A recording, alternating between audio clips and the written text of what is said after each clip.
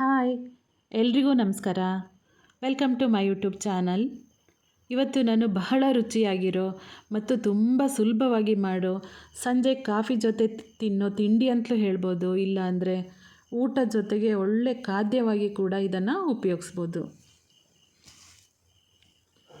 ನೋಡಿ, ಇದು ಹಲಸಿನಕಾಯಿ. ಈ ಹಲಸಿನಕಾಯಿಯಿಂದ ಇವತ್ತು ನಾನು ಒಳ್ಳೆ ಬೋಂಡ ಮಾಡ್ತಾಯಿದ್ದೀನಿ. ತುಂಬ ರುಚಿಯಾಗಿರುತ್ತೆ, ಟೇಸ್ಟಿಯಾಗಿರುತ್ತೆ. ಎಲ್ಲರೂ ಇದನ್ನು ಒಂದು ಸಲ ಮಾಡಿ ಟ್ರೈ ಮಾಡಿ. ಇದು ಜಾಸ್ತಿ ಬಲ್ತಿರಬಾರ್ದು. ಸ್ವಲ್ಪ ಎಳೆ ಹಲಸಿನಕಾಯಿನ ತಗೊಂಡು ನಾನಿಲ್ಲಿ ತೋರಿಸಿರೋ ಈ ರೀತಿಯಲ್ಲಿ ಇದನ್ನು ಹೆಚ್ಕೋಬೇಕು. ಹೆಚ್ಚುವಾಗ ಕೈಗೆ ಸ್ವಲ್ಪ ಎಣ್ಣೆನ ಸವರ್ಕೋಬೇಕು. ಯಾಕಂದರೆ ಹಲಸಿನಕಾಯಿಲಿರೋ ಅಂಟು ಪದಾರ್ಥ ಕೈಗೆ ಅಂಟ್ಕೊಳ್ಳೋದ್ರಿಂದ. ಇದಕ್ಕೆ ನಾವು ಮೇಣ ಅಂತಲೂ ಅಂತೀವಿ. ಇನ್ನೊಂದು ಮುಖ್ಯವಾದ ವಿಷಯ ಅಂದರೆ ಇದನ್ನು ಹೆಚ್ಚಿದ ಕೂಡಲೇ ನೀರಿಗೆ ಹಾಕ್ಕೋಬೇಕು. ಯಾಕಂದರೆ ಹಾಗೆ ಇಟ್ಟರೆ ಇದು ಕಪ್ಪಾಗುತ್ತೆ. ಜೊತೆಗೆ ಅದರಲ್ಲೇ ಇರೋ ಅಂಟು ಪದಾರ್ಥದಿಂದ ಅದು ಒಂದಕ್ಕೊಂದು ಅಂಟ್ಕೊಳ್ಳುತ್ತೆ. ಹಾಗಾಗಿ ನಂತರ ಒಂದು ಪಾತ್ರೆಯಲ್ಲಿ ಸ್ವಲ್ಪ ನೀರನ್ನು ಕಾಯ್ಲಿಕ್ಕೆ ಇಟ್ಕೊಂಡು ಅದರಲ್ಲಿ ನಾವು ಹೆಚ್ಚಿಟ್ಕೊಂಡಿರೋ ಹಲಸಿನಕಾಯಿ ಹೋಳುಗಳನ್ನ ಹಾಕಿ ಸ್ವಲ್ಪ ಉಪ್ಪು ಮತ್ತು ಸ್ವಲ್ಪ ಅರಿಶಿನ ಪುಡಿನ ಸೇರಿಸಿ ಸ್ವಲ್ಪ ಬೇಯಿಸ್ಕೋಬೇಕು. ಜಾಸ್ತಿ ಬೇಯಿಸ್ಕೊಂಡ್ರೆ ಅದು ಪುಡಿಯಾಗಿಬಿಡುತ್ತೆ. ಹಾಗಾಗಿ ಸ್ವಲ್ಪ ಬೇಯಿಸ್ಕೊಂಡು ನಂತರ ಇಳಿಸಿ ಒಂದು ಜರಡಿನಲ್ಲಿ ಅದರ ನೀರನ್ನು ಬಸಿದು ಹೋಳುಗಳನ್ನ ತೆಗೆದಿಟ್ಕೋಬೇಕು. ಇವಾಗ ಇದಕ್ಕೆ ಮಸಾಲೆ ಮಾಡ್ಕೊಳ್ಳೋಣ.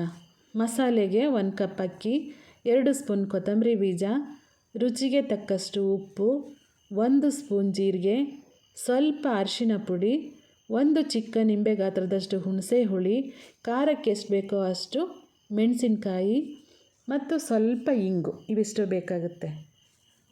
ಇವಾಗ ಇಂಗು, ಉಪ್ಪು ಮತ್ತು ಹುಣಸೆ ಹುಳಿ ಅವು ಮೂರನ್ನು ಬಿಟ್ಟು ಉಳಿದೆಲ್ಲ ಪದಾರ್ಥಗಳನ್ನು ಚೆನ್ನಾಗಿ ತೊಳೆದು ನೀರಿನಲ್ಲಿ ಅರ್ಧ ಗಂಟೆ ನೆನೆಸಿಟ್ಕೋಬೇಕು. ನಂತರ ನೆನೆಸಿಟ್ಕೊಂಡಿರೋ ಈ ಮಸಾಲೆ ಪದಾರ್ಥಗಳನ್ನು ಮಿಕ್ಸಿ ಜಾರಿಗೆ ಹಾಕ್ಕೊಂಡು ಉಪ್ಪು, ಹುಣಸೆ ಹುಳಿ, ಇಂಗು ಸೇರಿಸಿ ತುಂಬ ನುಣ್ಣಗೆ ಬೇಡ, ಸ್ವಲ್ಪ ತರಿಯಾಗಿ ರುಬ್ಕೋಬೇಕು.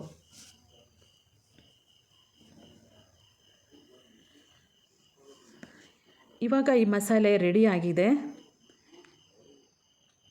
ನಾವು ಎಣ್ಣೆ ಕಾಯಲಿಕ್ಕೆ ಇಟ್ಕೊಂಡು ಡೀಪ್ ಫ್ರೈ ಮಾಡೋದಕ್ಕೆ ಎಣ್ಣೆ ಕಾಯಲಿಕ್ಕೆ ಇಟ್ಕೊಂಡು ನಾವು ಬೇಯಿಸಿಟ್ಕೊಂಡಿರೋ ಈ ಹೋಳುಗಳನ್ನ ಈ ಮಸಾಲೆಯಲ್ಲಿ ಅದ್ದಿ ಒಂದೊಂದೇ ಎಣ್ಣೆಯಲ್ಲಿ ಡೀಪ್ ಫ್ರೈ ಮಾಡ್ಕೋಬೇಕು. ಕೆಲವರು ಎಣ್ಣೆನ ಜಾಸ್ತಿ ಇಷ್ಟಪಡೋದಿಲ್ಲ.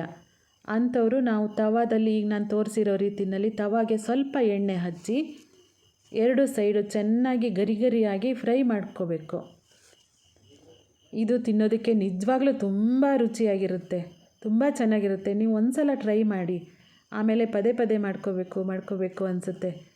ನೀವು ಮಾಡಿ ರುಚಿ ನೋಡಿ ಖುಷಿಯಾಗಿರಿ. ಹಾಗೆಯೇ ನನ್ನ ಈ ವಿಡಿಯೋನ ಲೈಕ್ ಮಾಡಿ, ಶೇರ್ ಮಾಡಿ, ಸಬ್ಸ್ಕ್ರೈಬ್ ಮಾಡಿ. Thank you.